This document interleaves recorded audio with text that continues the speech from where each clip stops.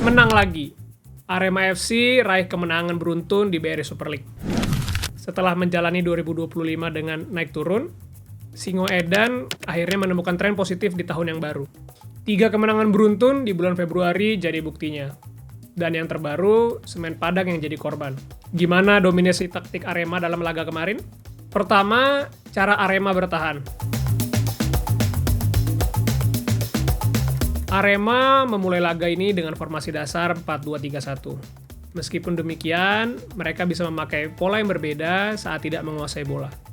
Saat bertahan, Arema terlihat menggunakan struktur 4-1-4-1. Adapun dalam struktur ini, para gelandang mereka cenderung melakukan penjagaan secara perorangan. Ini berarti Marco Santos cenderung meminta anak asuhnya untuk lebih mengikuti pergerakan lawan secara individual dibanding melakukan penjagaan ruang. Sistem bertahan ini berulang kali menyulitkan Semen Padang. Terbukti mereka dipaksa memainkan berbagai umpan yang kurang akurat sehingga sulit untuk melakukan progres. Lebih jauh, optimalnya taktik pertahanan Arema juga tidak lepas dari performa Matthäus Blade. Sang gelandang bertahan sukses berulang kali menyetop serangan lawan, bahkan dalam situasi transisi di ruang yang besar. Kedua, pola serangan Semen Padang.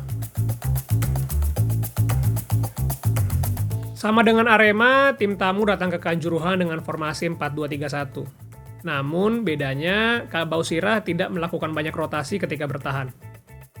Adapun, rotasi yang mereka lakukan adalah ketika menyerang. Tujuannya adalah untuk memaksimalkan ruang yang ada di dalam area pertahanan Arema. Dalam rotasi mereka, Dejan Antonik meminta satu gelandang untuk turun sejajar pemain bertahan. Dengan pergerakan itu, bek sayap bisa naik untuk melakukan overlap. Naiknya bek sayap tim tamu membuat winger mereka dapat bergerak masuk ke dalam. Hal ini membuat Semen Padang dapat menciptakan keunggulan jumlah di ruang antar lini.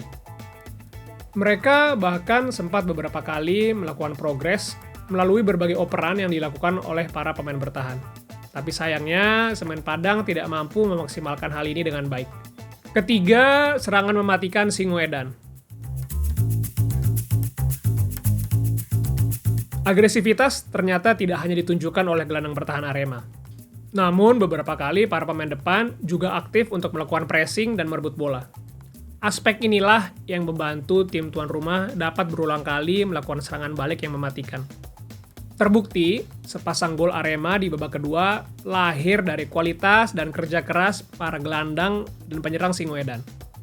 Kualitas yang ditampilkan para pemain Arema juga tampak dalam berbagai situasi serangan lain. Hal ini dibuktikan dengan cairnya rotasi yang dilakukan oleh para pemain menyerang. Dengan begitu, lawan menjadi kebingungan, sehingga berbagai ruang terbuka bagi Arema untuk menciptakan peluang.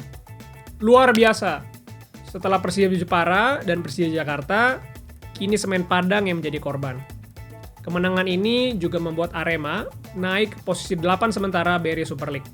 Dan, jika tren ini berlanjut, bukan tidak mungkin Arema bisa ikut memanaskan persaingan di papan atas. Bagaimana menurut kalian? Apakah Arema bisa jadi kuda hitam di sisa kompetisi musim ini? Tulis di kolom komentar.